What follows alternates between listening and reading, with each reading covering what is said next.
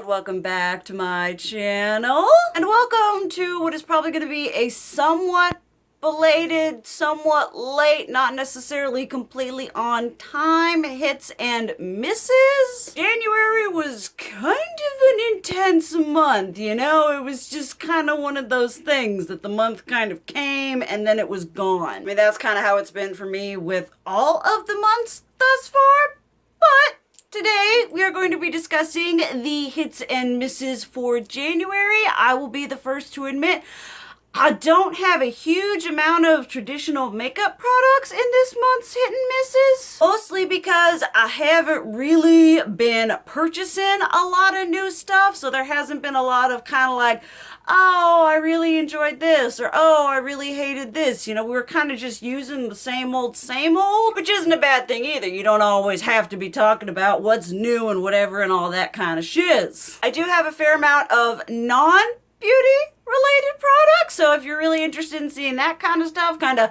non-makeup stuff that have kind of been getting me through the month, then definitely stay around and watch. But let's obviously kick this shiz off with some La Musica. Now, we were kind of bouncing bing ding ding ding ding all around this past month with music. There kind of wasn't like a theme. It was just like, oh, look at this. Oh, look at that. I guess I'll listen to some of that. And I was kind of just, like I said, kind of just going all around. And one of the songs that really I had been playing a lot, it was kind of like a rediscovery. Do you ever have that where you just go on down a rabbit hole where you listen to one thing and then you look at the recommended and then that leads to another video and then it lands you on a song that you liked but you hadn't heard in a long time? And that is how I ended up on Epica, Dance of Fades. This is, I feel, in the sort of gothic symphonic metal scene, kind of an OG. I remember I actually first found it and first listened to it when it was it was done to like a fan-made music video of a bunch of Final Fantasy stuff. And it's one that kind of just came back, and as I was listening to it, I was like, wow, this is really solid. This is really good. And I was reminded again why Epica is one of my favorite symphonic gothic metal bands, fronted by Simone. Love her to death.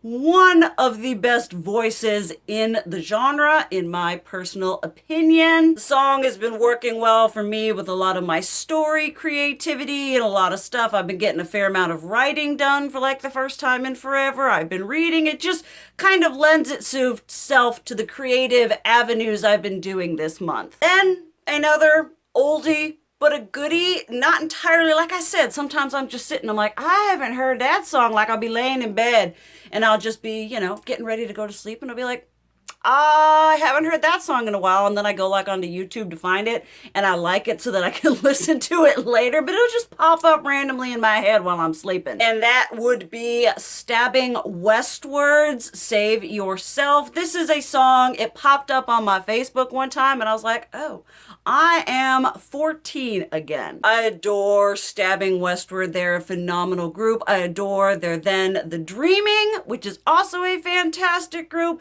but they really were kind of that, you know, really during my baby bat, whatever situation, age, era. And Save Yourself is just kind of like a classic in my opinion, especially a classic amidst my like that sort of music genre in my life. And again, it's been playing really well with where I've been going with my writing and just kind of, I feel like that's been the January inspiration, are these songs that have really been helping me getting over writer's block in two of my books that I've been working on a lot. But just those two songs have really been living very rent-free in my mind. They've been helping me, inspiring me artistically. We're working, we use it, we listen to it when we do the makeup, we listen to it when we're doing the writing. Just all around kind of a nice trip down memory lane that's getting me out of my artistic art block, writer's block situation. Another two positive things that I've definitely been all about in the month of January. If you follow me on the Snapchats and all that jazz, you probably would have seen this, but your girl is a hideous convert to Delta 8. If you are not familiar with Delta 8, it is a hybrid legal level of THC. If you like to get litty and you want to be legal, this stuff is your shiz. I get mine from like my local, well, in Virginia, not here in Tennessee. But while I was visiting Virginia, I went to her and I was like, I have to stock up on everything. And one of my favorite things is the GTH Farms Delta 8 Gelato THC cartridge. And that is for my cute little pen situation here, which I also recommend if you're someone that doesn't want to like go hardcore, going hardcore like vape, whatever. This cute little twist one here with the cartridges, highly recommend. I've tried a couple different other strains from this company. I've enjoyed the majority of them, but the one that I do go back to is the Gelato one, which if you just want to like, this is truly the indica, like you're just sitting there and you're just all kinds of happy and calm and relaxed and everything. Love this stuff. I will leave the website down below. Definitely check if it is legal in your state. I think there were like 3 or 5 states where these people won't ship to. But this has been one of my absolute, just kind of my saviors. You know, like I said on the Snapchat, y'all know I'm like, time to get a little litty. And then a new thing to me is actually, this is the brand Koi here, which is kind of a more well-known vape brand, very mainstream, I would have to say. And these are the Delta 8 gummies. This is the strawberry flavored. I do have ones from GTH Farms that I haven't tried yet because I want to use these up before I open another one. But if you're not into doing the vaping and the cartridge and everything like that, would highly recommend these as well. Start out small, do you a half one. Let me see if I can show you what they look like. Just looking like this gloriousness right here. This stuff is kind of pricey, but I consider it worth every single penny because it helps me keep this between this and like my CBD and everything like that. It helps keep me in a mental state that is not going absolutely insane. Eventually, I will be doing a video talking about like all my favorite CBD products, all my favorite THC products. There will be a whole video going over all of the things I like to consume to keep my mental state at sort of a equilibrium. Absolutely love these 2 products. Highly recommend if you've been interested, you know, is legal. I would say this is definitely worth the investment and the money to try out. Then something else actually I bought from my CBD lady because I absolutely love her. Her little small business is amazing. I will only ever buy my products from her. And this is the Chicky Lips. It's the balm chapstick. Most of you probably know by this point, and if you don't know then, you know now. Your girl has awful lips, especially, I mean, honestly, any time of the year, but we all get nasty lips in the wintertime. And there was a while there where I tried out a whole bunch of like different chapsticks and I had recommendations from y'all and I was trying all the different whatevers. Some of them worked really well, some of them, you know. But this one is such a nice one. It is CBD infused and it is super luscious, beautiful, duper moisturizing on your lips. I will say it tastes awful. Like I'll put it on and I'll be like, So if you're sensitive to that sort of thing, this is no, you know, chapstick cherry flavored. No, it tastes like butt. But the moisture it does give to my lips is absolutely stunning. I actually bought 2 of them. I got one for like by my nightstand where I sleep because I'm always applying that shiz before I go to bed. And then I have one in my purse. It's just a really good, really solid, just straight up moisturizing hydration. Probably one of the better chapsticks I have tried. I like this more than EOS. I like this more than chapstick. It's kind of on par, I would say, with some Bliss decks. I like some from Bliss decks, but they're not all created equal. Obviously, I will leave a link down below, but if you are suffering from nasty, gnarly, chapped lips, I love doing a lip exfoliant and then applying this right after. My lips are just so beautifully nourished and refreshed when I use this. Absolutely glad that she recommended it to me. She my boo. Okay, now let's talk about sort of a negative, like it isn't a complete loss. It's just something that I'm not really entirely getting along with. Y'all would have seen me try out the Manny MUA Lunar Beauty Eternal Eclipse collection. If you haven't seen me do that, I will leave it linked down below. But in that collection, he came out with a series of brushes. I really liked the design, the aesthetic, the price point was very good. And I didn't necessarily have the highest expectations of them. Y'all know that I don't spend a lot of money when it comes to brushes. And so these are these ones here. This is just the initial set that he came out with. Now, my main problem with the majority of these, well, they're very similar to Morphe brushes, which I know some people absolutely love those brushes. I know Manny is exceptionally familiar with them. So I feel like it's kind of a given that he would make similar products to ones that he uses and loves. For me personally, I do not like the majority of Morphe brushes. This one, I just don't like the material of the bristles. It's not something that I jive with. It's not something that I can get down with. This one here in the LBE7, I really like for doing precise detail work on my lower lash line here.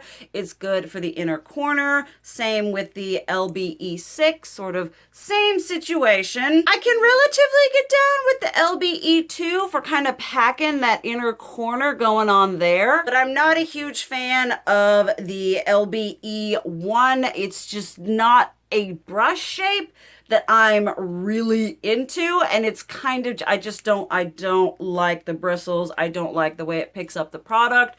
For how I do my makeup, this one just wasn't it. And these two, I'm kind of just like, I could take them and I could leave them, but I'm leaning towards leaving them. These aren't brushes that I would go out and repurchase, and they're not brushes that I think shape-wise, synthetic material-wise, they're just not ones that I look at and I'm like, yes, you are effective tools of my trade. So the brushes were just sort of okay. I do feel like that has to do a lot with the fact that I don't like Morphe brushes. I just don't like the way they're made. And I'm not saying these are Morphe brushes. I'm just saying they're very similar to the Morphe brushes I've tried, and for varied reasons, they didn't blow me away. They aren't brushes that I'm saying, oh yeah, these are gonna be my new end all be all. I appreciate that the price point is very reasonable, and I would say though, even though they're not necessarily my cup of tea, these are probably just as good, if not better, than the Melt Cosmetics Beetlejuice brushes, so there is that. And if we're gonna talk about Lunar Beauty Eternal Eclipse, might as well talk about this bad boy right here. This beauteous, very unique to my collection, cool-toned palette with a pop of blue. Which honestly, if this wasn't from a brand and a formula that I really love, probably would have roasted the shiz out of this for being a cool-tone neutral palette with a pop of blue. I really hope that's not going to start being a trend in 2021. We've already had the pop of blue. We don't need to do it again. But I honestly, y'all know, I've said it 100 times. I'll say it 100 times more. I really love and enjoy Lunar Beauty products. I really enjoy their eyeshadow formula. And this is such a nice palette to work with. I love the row of matte neutrals here. You have a beautifully formulated gray, a beautifully formulated blue. I did a very simple look. I think I just did the gray and then I did the blue and then I popped one of these, I think that one, all over the lid, and I really enjoyed how it turned out. I really like Lunar Beauty's aesthetic as well as their attention to detail and formulation,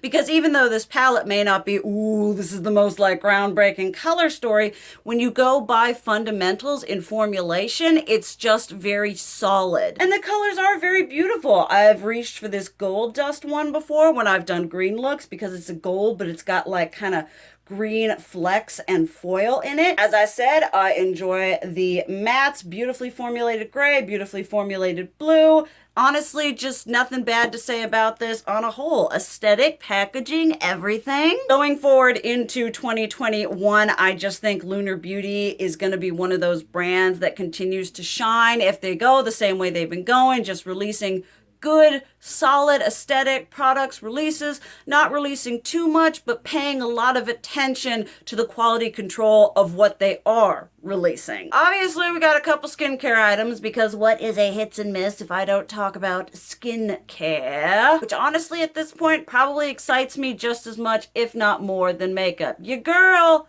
get to jollies on by creating a beautiful complexion. You know, I've been going back and forth between Virginia and Tennessee. Some of my makeup and skincare is over there, some of it's here. And so when I brought my makeup, my skincare with me to Tennessee, I've been using stuff up. Once again, you've been seeing that on Snapchat. And I used up, I had a couple good molecules serums that you probably saw in some hits and misses. You're gonna see in empties. And I used those up. And for some reason, I think I didn't realize I was going to use them up so quickly, so I didn't have another serum after those went the way of the dodo. And so I just popped up to Walmart, which there is this brand Bliss that is now sold at some Walmart, so I've seen them popping up even in like rural ones. And this is the Bliss Bright Idea Vitamin C Tripeptide Collagen Protecting and Brightening Serum. And this I really like. Y'all know how I do my makeup is I will cleanse, I'll exfoliate if it's, you know, time to do that. And then I will do my IOPE hyaluronic serum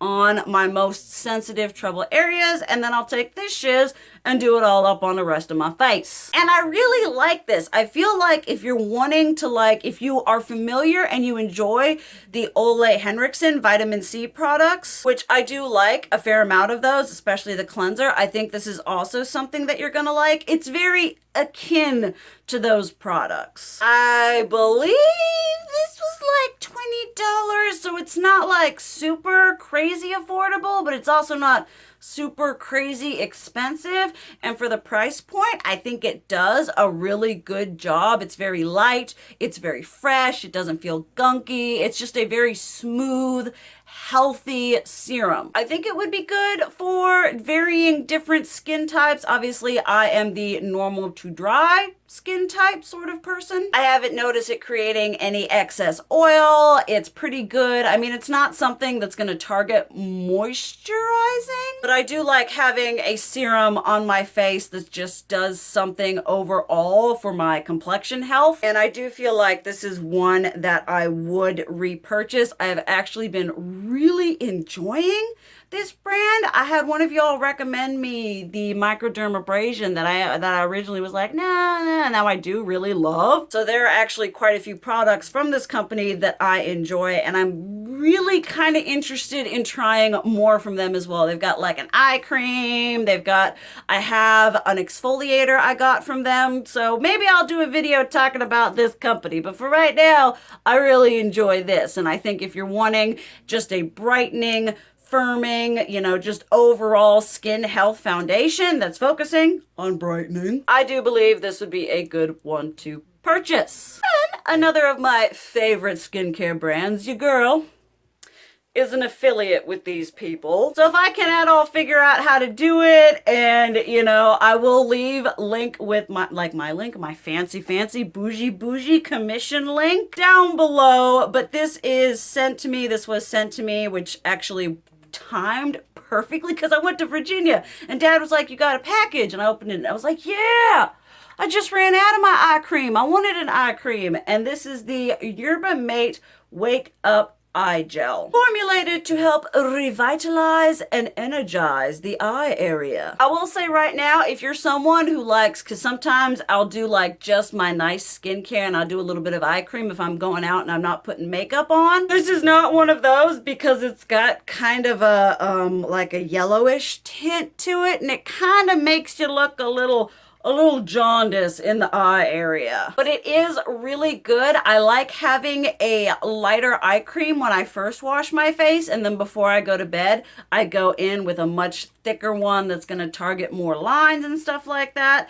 But this one, I'll put it in the fridge and I'll tap a little bit of this, and I just feel so fresh, so clean, so beautiful, so bright. It's just a very good, like, this is like a nice pick-me-up. If you're waking up from like a, you know, a night of having a little bit too much fun like I'm known to do, this is an excellent eye cream to do the next day to just kind of make you look a little bit less dead, except for the yellowness. Besides that, it's something that's really good just for the overall eye health, because your girl, I'm 30, I'm just 30. I know I have so many of y'all be like, that's not even old compared to 20, and how I used to be is old. And so I like trying to help and reduce and all that sort of thing, and this one is just a really nice, simple, to the point eye cream. That's honestly why I like Good Molecules, because they're simple to the point skincare. Several of their serums are some of my holy grails. Really like this product. Super grateful that they sent it to me, and I look forward to seeing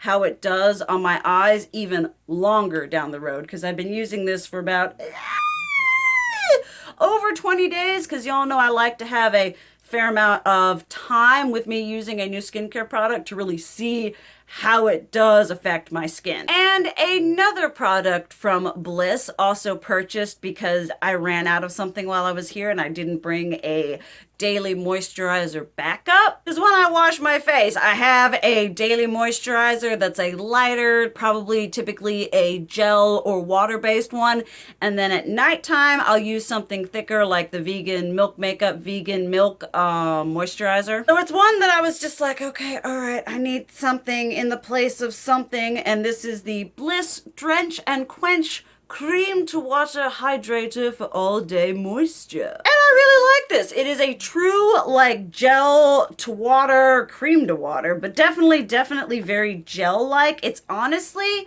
quite similar. If any of y'all are familiar with the Neutrogena moisturizer, it is super similar to that. And I used to love that moisturizer before I went cruelty-free. So if you're a fan of that particular moisturizer and you're looking for either a less expensive version of it or a cruelty-free version of it, would definitely recommend this. It's just very soft, very supple.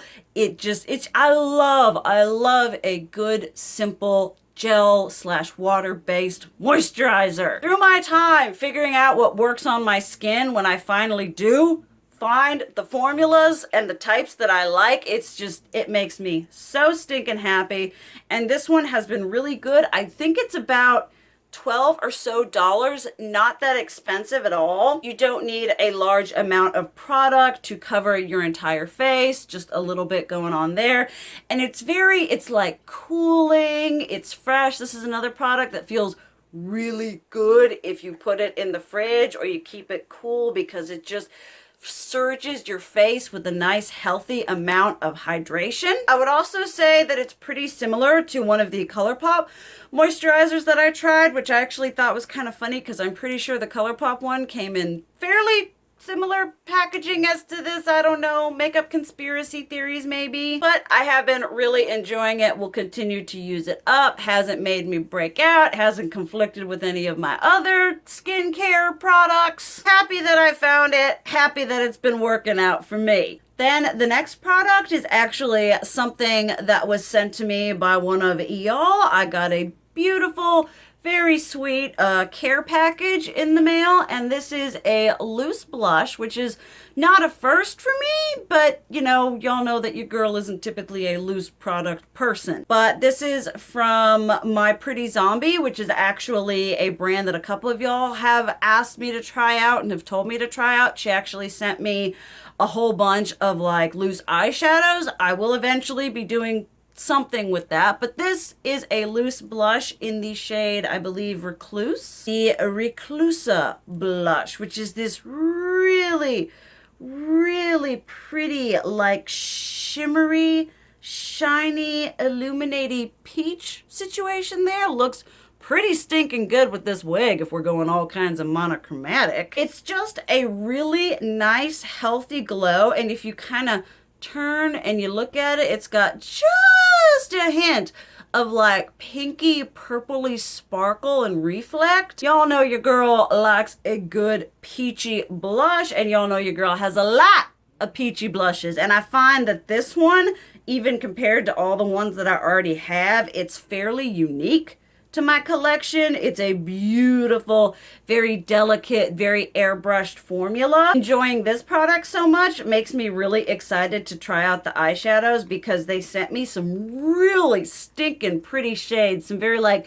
stand out colors that are very unique. So I will be looking forward to seeing how all of those products go, but for right now, this blush has been something that I've just really enjoyed. It just really gives you that beautiful lift. It's not dry, it's not patchy. Like I said, it's beautifully illuminating and very flattering on the skin. So thank you so much for sending me this. I absolutely love it. Really excited to be getting into more like super indie brands. Well, not like super. I feel like Midas Cosmetics and like Kaleidos and a lot of those ones, they're fairly well known amidst like the indie loving YouTubers.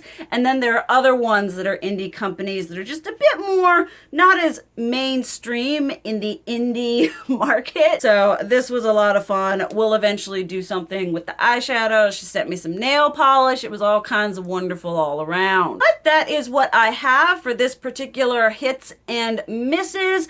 I hope y'all enjoyed that. Would love to hear y'all's thoughts on the products that I talked about today, as well as something from in January that you either loved or hated. I am taking my low buy from 2020 and rolling it on into 2021 in an attempt to make even better choices, I feel, than I did last year. So it'll be interesting to see what sort of stuff pops up in my monthly hits and misses going from here on out, because I just won't be, I'll be focusing on not purchasing as much new stuff.